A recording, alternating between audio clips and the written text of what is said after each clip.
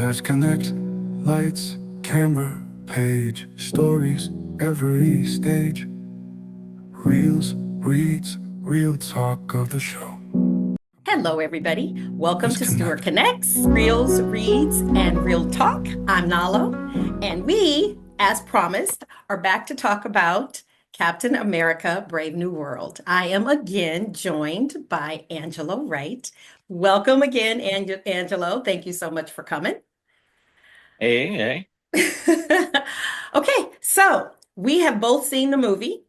We both have thoughts, and I'm going to let you start first. What were your overall thoughts of Captain America Brave New World? First and foremost, it was a good movie, but it had the potential to be a great movie. Mm. And I don't want to say anything until I get you to say your piece because I don't want to talk over or Okay. take away anything. Action wise, it gave you some great aerial scenes. I mean, probably the dogfight scenes were just as good as the ones in Top Gun, Maverick. I love the fight scenes. I love Harrison Ford and his role. I guess I can say it because it's all over Yeah. the news. He's the Red Hulk. I loved him as the Red Hulk. I think they upgraded from the CGI used previously, Mhm. and not only the Avengers, but also in She-Hulk. So he was a believable Hulk. Okay. I thought he was great looking, and I love the differentiation between him and Mark Ruffalo, where he was longer and leaner. He looked more like I would expect a soldier to be, and he matched the body frame of Harrison Ford.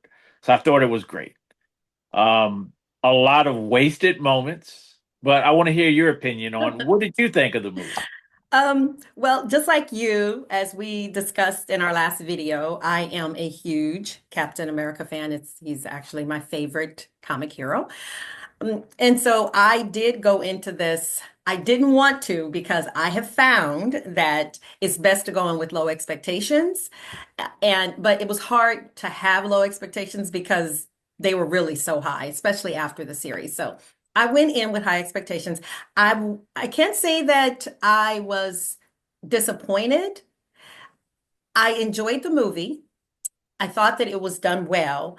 My issue with it is it felt underwhelming because it felt more like the series than a movie.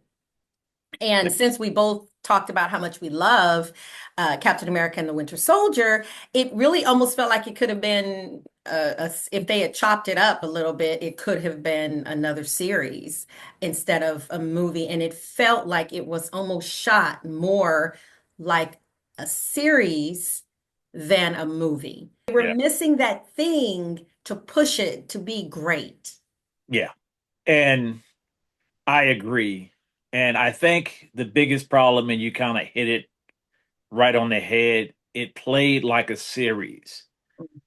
And I almost felt like this was supposed to be Captain America and the Winter Soldier season two. And somewhere within the filming of the first one, they decided, hey, you know what? We can turn this into a feature film. Yeah. And instead of getting new writers and a director that could deal with individuals who maybe had worked in a environment of television, Mhm. they kept the exact same writers. Mm. So the writer that wrote the original Falcon and the Winter Soldier was one of the writers for this. And I want to say either him or an additional writer was from Empire. So The you series had Empire the with series Taraji? Empire. Okay. Yeah. So you had two individuals who were television writers, and they're used to episodic writing, which means you have 10 episodes, normally around, I would say, 8 to 10 hours, and you have enough time to develop every single character. You have enough time to throw in some crap that nobody cares about, and in the end, it all works out. So, trying to be spoiler free, watching it, I felt the big fight scene in the middle should have been the climax. Mm. And the ending fight scene should have been in the In the middle. middle. Yeah. And that way you could have developed the actual villain without saying any spoilers. The villain could have been captured, but still manipulating everything from the background. And that would have Right. made the villain that much stronger. Hmm. So that was my problem with it. I felt like you added a lot of stuff. Um, Giancarlo Esposito is one of my favorite Yeah. actors. I've Yeah. loved him ever since he was in Trading Places back when I was a kid. Wow. He was in the jail Yeah, cell. he Okay. was a Wow. I cellmate. almost forgot it. Yes. Look at you. Yeah, Okay. I and I forgot loved about him. that. I Mhm. loved him in Trading Places. Fast forward to School Days, Mm. he cemented himself as being the villain, and that's what he's done his entire career, and he's Mhm. done a great job at it.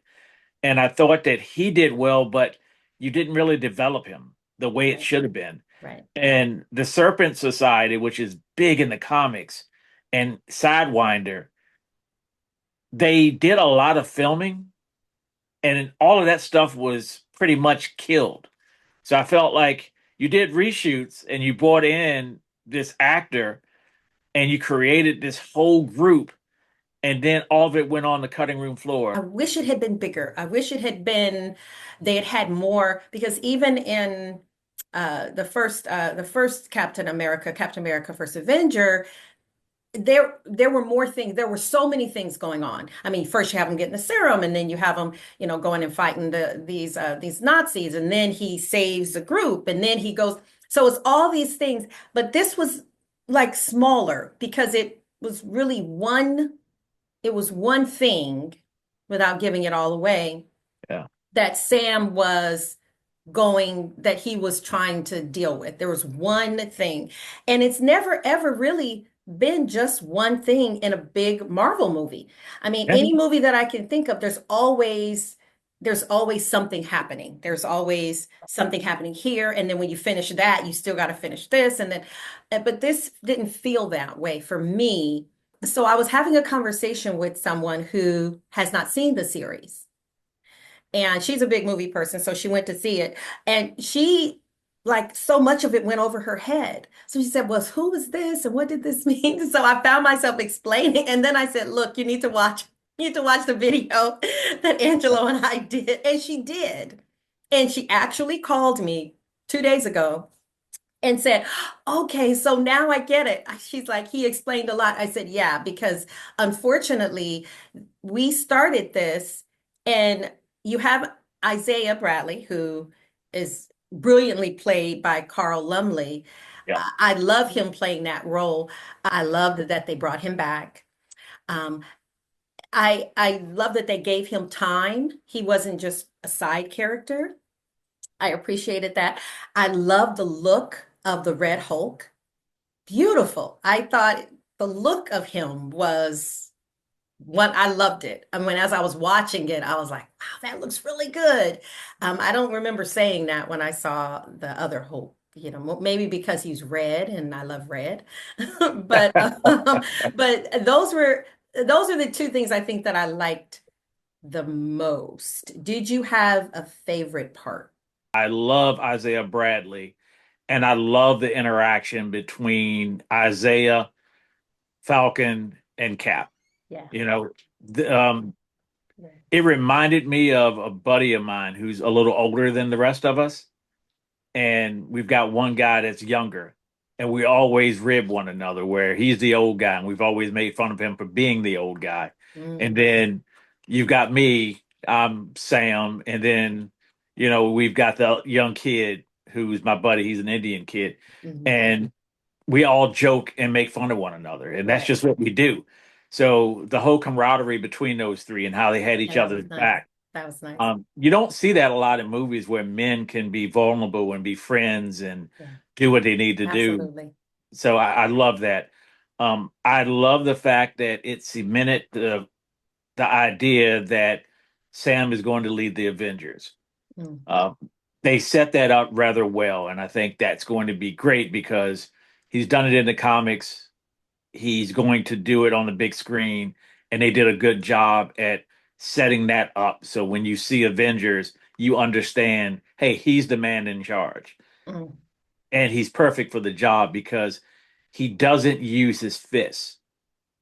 He uses his compassion and his voice to defeat his enemies. And mm, that's different than most of the other individuals. And sort of like what a certain person says, that's what makes him the right person to carry the shield. right, right. Yeah. I did like Harrison Ford as Ross as the president. I thought he did a really good job in that role, but he's Harrison Ford, so of course he's going to do a great job. He was very believable. Yeah. I wasn't sure if I liked him or not, which I feel like that's what they wanted. Is he a good guy? Is he a bad guy? Do I like him? Do I not like him? I got that. That came through really well. And even all the way to the end, I still wasn't sure if this is somebody that I like. So I like that. And the one thing, and to go back, I'm a big mystery fan. I love murder mysteries. I love detective stories, and I love figuring out a crime. And this was a lot like that because this was done on a smaller scale and there weren't a whole bunch of things going on. There was really just the one mystery for the most part that he's trying to figure out. So it was like a detective story, Yeah. which I can appreciate that.